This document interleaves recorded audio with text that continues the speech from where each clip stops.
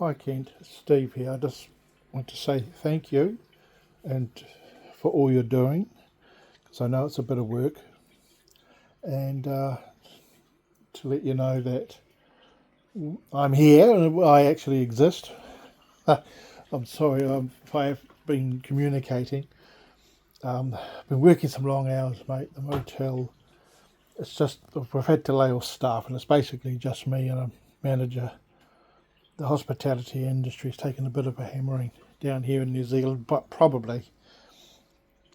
that's probably a worldwide thing at the moment. So I'm sort of doing 7 days and grabbing the odd day here and there as I can, just sort of have some time off. I'm not sort of, I wouldn't want to show my collection because one collection is really much like another in some ways. It's nothing out of the ordinary. I do have a passion for Scots and American 30s radios.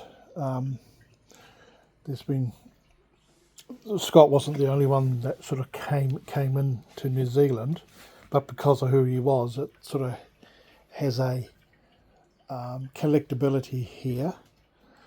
And so over the sort of years, I've sort of collected where I can, which has been mostly importing. So what I want to do, this is an Allwave 15. It was the first one I bought, and it's in a lovely cabinet, which is a china cabinet because it didn't have its that didn't have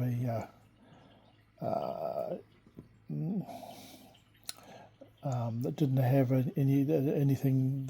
It came out of a basement in Santa Monica actually, so it sort of came this way, and I got that going about 10 years ago, and it was sort of going to be the only sort of Scott I would probably have thought I would have. But over the years, others have sort of manifested a little bit. Now, ironically, a friend of mine got this out of a place sort of 20 minutes from where I am called Bunnythorpe.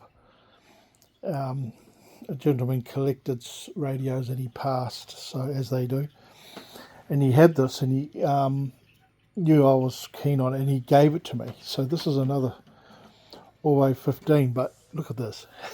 Look what they've done. Oh, it needs some work. So what I will do is I'm going to get rid of that one and put my good one into here. That's sort of the idea. And that will clear the room, and the Philharmonic, it's my intention that the Philharmonic will go into there, and I'll have it lit up properly and make it nice. And of course this will go into my collection proper. This one over here, this is an Allwave 23. I had this imported in the middle of COVID, just after the lockdown started easing off. It came in, I got that off eBay. No one was really bidding on it. The people said it blew a fuse, and I think it put people off, but when I looked at the pictures, I figured out it had tweeters that had been taken out, which would have blown the fuse. They said it was, because I remember reading somewhere that is an issue. So I took a chance and bid on it. It came in beautifully. See, it's imported. It came in a nice box. And it came in, cost a bit. So I'm certainly not afraid to pay. I mean, this is all I'm saying. I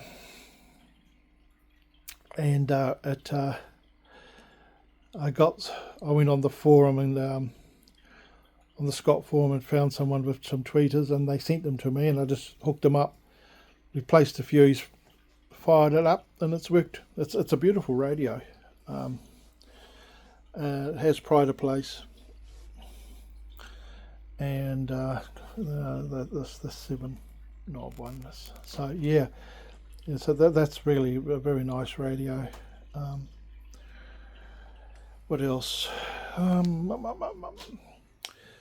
I have an 800B that I bought off a guy in Auckland. He imported it, came from California, and he had some problems. No one up there could get the thing going, and they blamed how it was packed and sent. But he put it on one of the local auction sites here, and I looked at it, and I thought, yeah. So I got it, and he had gone in and seen someone. I don't know. His name was Ralph. I don't know if he called in to see you, or he might have seen someone else in the group, and they gave him some bits and pieces, and he brought them home, but no one would get it going. So I bought it, and it sort of came there, and he got a speaker for it, and I sort of took a bit of a stab, and I went online and had a look what things could be, and it was a short. Was to shorten the buttons. It's very common. I just cleaned those all out, cleaned them out, keep cleaning, and bingo, the thing came to life. So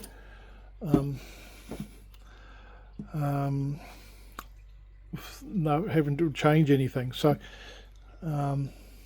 it's a very nice radio. It needs some work, which I will do.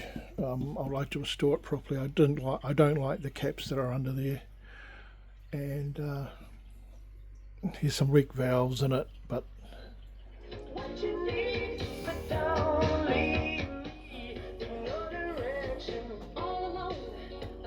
it's a lovely radio. I will complete that. That's going to have pride of place. I've got a thing that I'm going to set up for that. Yeah, so that's coming. Now, the only other comment I'll make is that I had a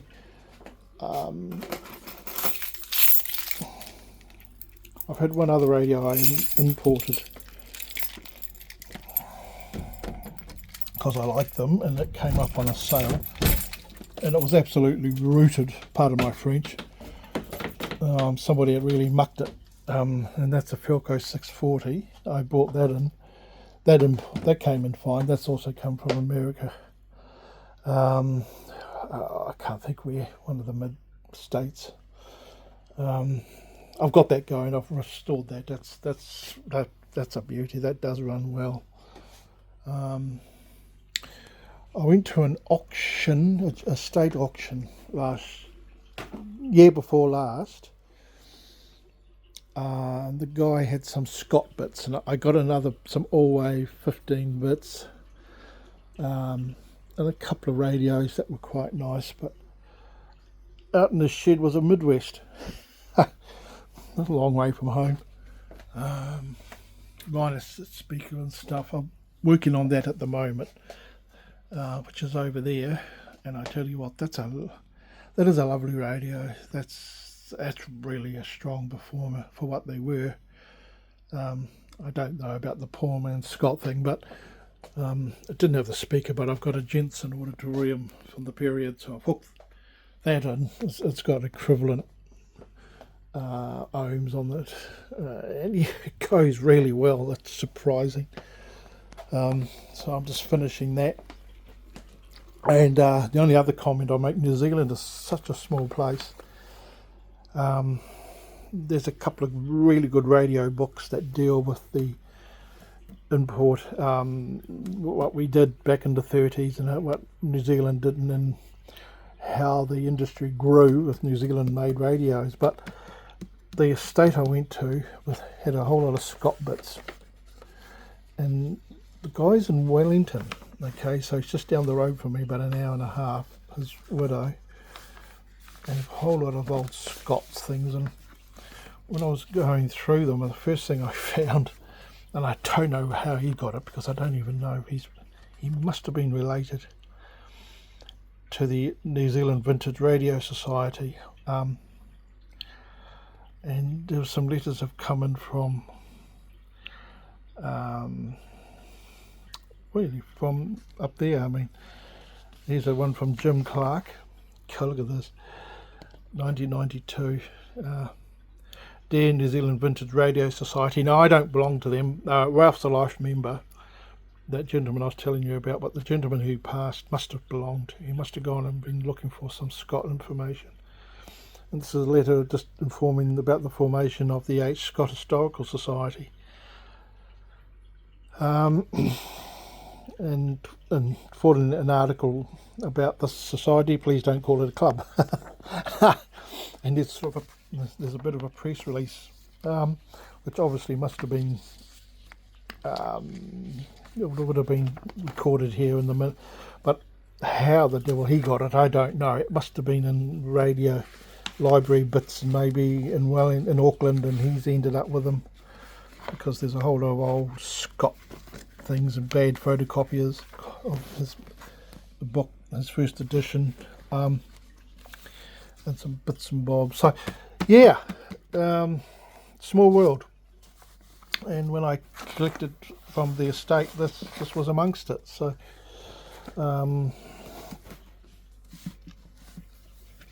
these are a couple of Bibles on historical radios in New Zealand. Worldwide, a lot of radios were imported, and America was amongst them. And back before the tariffs were put in the 1930s, and we shut our borders, which is probably another video in itself. A lot of radios were imported, and a lot of American sets made their way here, and a lot of them were advertised. In fact, in one year, I think the biggest seller, sort of in the mid-30s, about 35, 36, 37, was Zenith. They were the second biggest seller at one point. But the government of the day shut it all and imposed tariffs and closed the borders and said if you want to import, you have to make it here, which was quite a smart move, actually, in hindsight. Zenith didn't, Philco did, so we got a lot of unique Philcos. New Zealand designed Philcos. RCA was here. I've got some of theirs. I've got that lovely one. There's some Zeniths that come in. I've got a whole lot of. I've got some shutter dials in there, which I won't bore you with. But they were imported. They were wired for our power.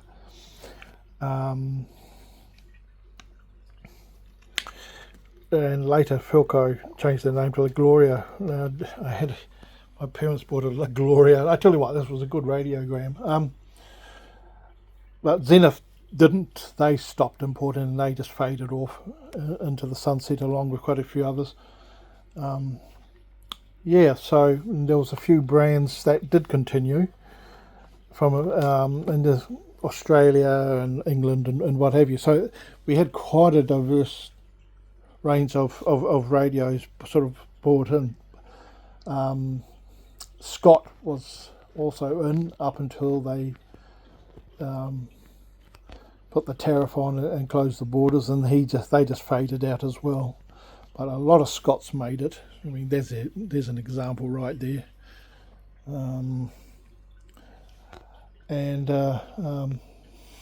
Again with the 220 volt power supplies and bits and pieces and wiring. So Ruff he turned up at my door one day and he gave me that. It's another Philco. It's a 116. That's quite a beastie to have here in New Zealand as well. I'm going to get that working at some point. A friend of mine saw it there a while back and dropped a hint, so I'm going to restore it and give it to him electrically. So I'm here. I do exist. Your radio that you're seeing will be here. It'll be safe. I will undertake to get it going, and it will have pride of place. And looking forward to hearing from you. Take care. Bye bye.